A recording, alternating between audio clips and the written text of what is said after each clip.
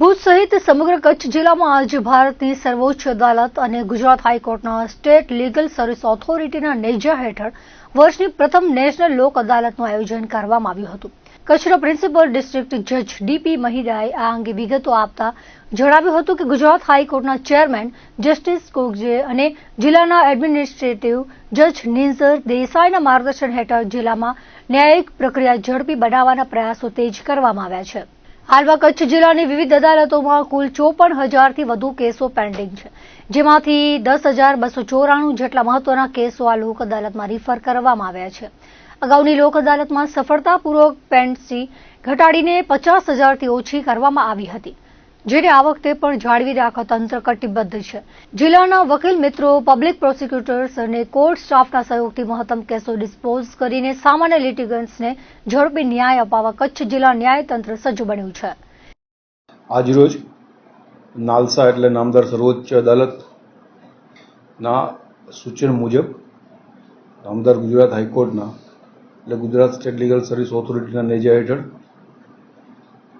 Chairman Shri justice કોગજે સાહેબ અને આપણા એડમિનિસ્ટ્રેટિવ જજ શ્રી નિર્જર દેસાઈ સાહેબના માર્ગદર્શન અને સૂચના મુજબ આજરોજ આપણે આખા આપણા જિલ્લામાં નેશનલ લોક અદાલતનું વર્ષની પ્રથમ નેશનલ લોક અદાલતનું આયોજન કરેલું છે। આપણા જિલ્લામાં 54,000 કેસોથી ઉપરાંતની પેન્ડન્સી છે। એ પૈકીના આપણે 10,294 કેસ આ લોક અદાલતમાં રિફર કરેલા છે। અહીંયાના સ્ટાફ મેમ્બર્સ, પબ્લિક પ્રોસિક્યુટર્સ અને વકીલ મિત્રોના સાથ અને સહકારથી મેક્સિમમ કેસો આપણે આજરોજ લોક અદાલતમાં ડિસ્પોઝ કરનાર છીએ। છેલ્લી લોક અદાલતમાં આપણા કેસોની પેન્ડન્સી જે આપણે 50,000થી ઓછી કરી નાખેલી હતી, આ વખતે પણ મને એવી આશા છે કે આ વખતે આપણે 50,000 કરતાં ઘણી ઓછી પેન્ડન્સી કરશું અને એ રેશિયો આપણે જાળવી રાખશું। રોજબરોજના કેસો ઉપરાંત આજે મેક્સિમમ કેસો ડિસ્પોઝ થશે અને એનો લાભ સામાન્ય લિટિગન્ટને મળશે। મહત્વના કેસોમાં જોઈએ તો અત્યારે ફાઇનાન્શિયલી જે ચાલી રહેલું છે તો એમાં નેગોશિયેબલ ઇન્સ્ટ્રુમેન્ટના કેસો છે। એ નેગોશિયેબલ ઇન્સ્ટ્રુમેન્ટના કેસો ઉપરાંતના વીમા કંપનીના કેસો છે, મોટર એક્સિડન્ટ ક્લેમો છે, એમાં દરખાસ્તો પણ આવી જાય। સાથે સાથે જે તામિલ, અહીંયા દરખાસ્તને તામિલ કહેવામાં આવે છે, એ તામિલના કેસો છે, એ બેંકોના જે તામિલના કેસો હોય એનો પણ સમાવેશ થાય છે। જુદી જુદી બેંકો ઉપરાંત અહીંયા ફાઇનાન્શિયલ ઇન્સ્ટિટ્યૂટ છે, એના કેસો પણ આપણે ત્યાં આગળ લિટિગેશન રાખેલા છે। તદુપરાંત આપણે રેગ્યુલર કેસો ઉપરાંત પણ આપણે પ્રી લિટિગેશનના કેસો બી રાખીએ છીએ કે જેથી કરીને વ્યક્તિએ કોર્ટમાં આવવું બી ના પડે, કોર્ટમાં કેસ દાખલ થાય એની પહેલાં એનો નિર્ણય થઈ જાય, એટલે એને કોર્ટના જે ખર્ચા થાય છે એ ખર્ચાનો અને સમયનો બંનેનો એને બચાવ થાય છે। ગુજરાત રાજ્ય કાનૂની સેવા સત્તા મંડળ અને જિલ્લા કાનૂની સેવા સત્તા મંડળના સંયુક્ત ઉપક્રમે લોક અદાલતનું વિશેષ આયોજન કરવામાં આવ્યું હતું। ભુજ ફેમિલી કોર્ટના જજ વસંત ગોલાનીએ આ અંગે માહિતી આપતા જણાવ્યું હતું કે આ લોક અદાલતમાં કૌટુંબિક વિવાદોને લગતા 130થી વધુ કેસો સમાધાન અર્થે મૂકવામાં આવ્યા છે।